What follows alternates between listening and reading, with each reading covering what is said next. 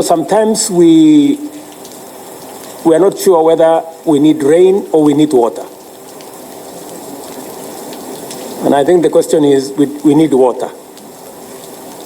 And sometimes we confuse the two.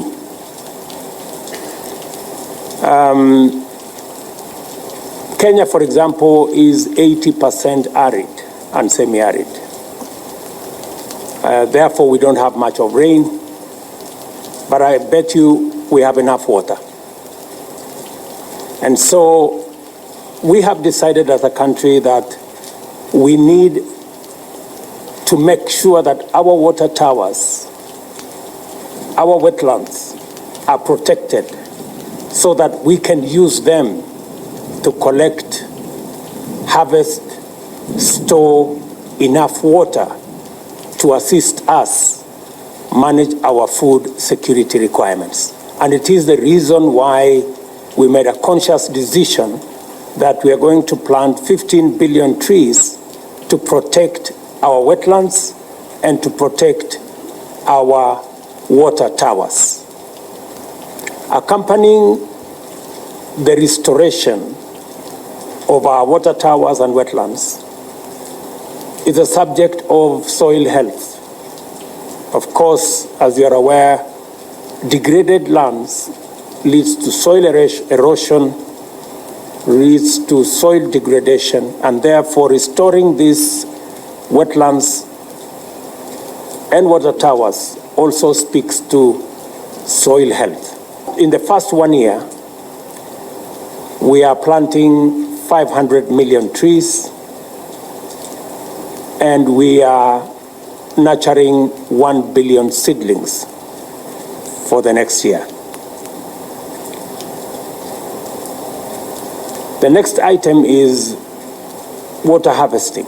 We're building 100 mega dams because we realize that we need water. So whenever we have rain, we should collect as much of it as is possible. And that will speak to what our brothers and sisters in Tanzania are doing, increasing production under irrigation. Our plan is to increase land under irrigation from 600,000 acres to 2 million acres. It is our belief that by so doing, we will not only deal with the challenges accompanying climate change, but we will also enhance our food security. When we had the Africa Climate Summit, the biggest conversation that was in that climate summit is about climate finance.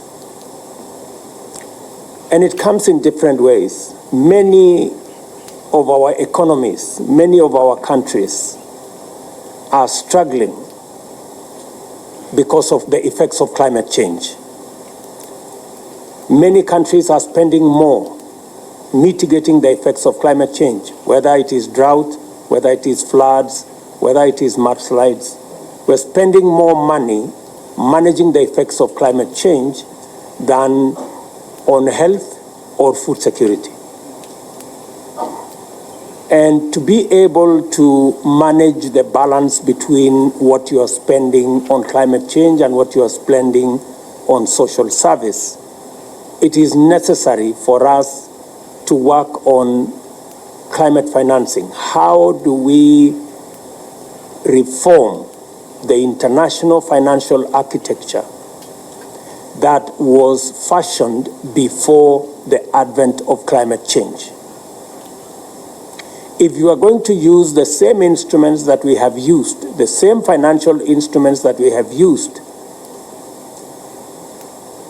designed for a different purpose at a different time, we will not be able to manage the competing financial requirements of our budgets, especially in the context of what we have to spend on managing.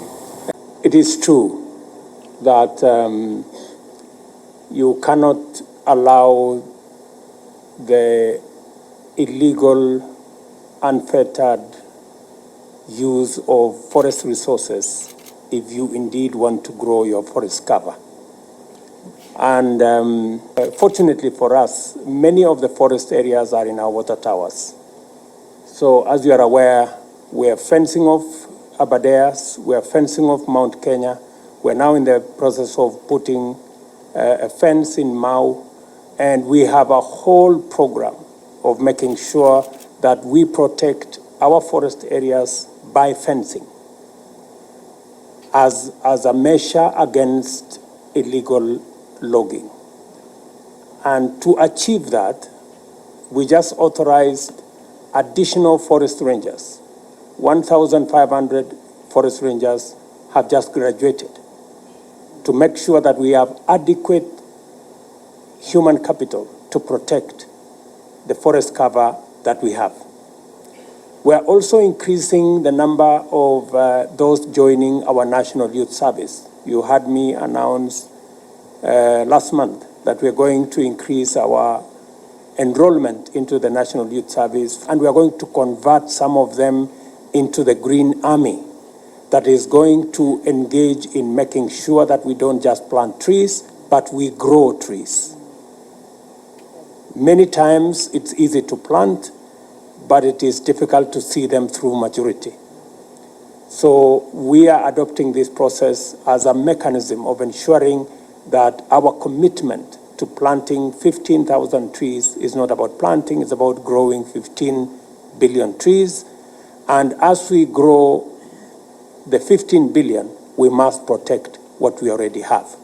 And we have put in place mechanisms to make sure that that happens.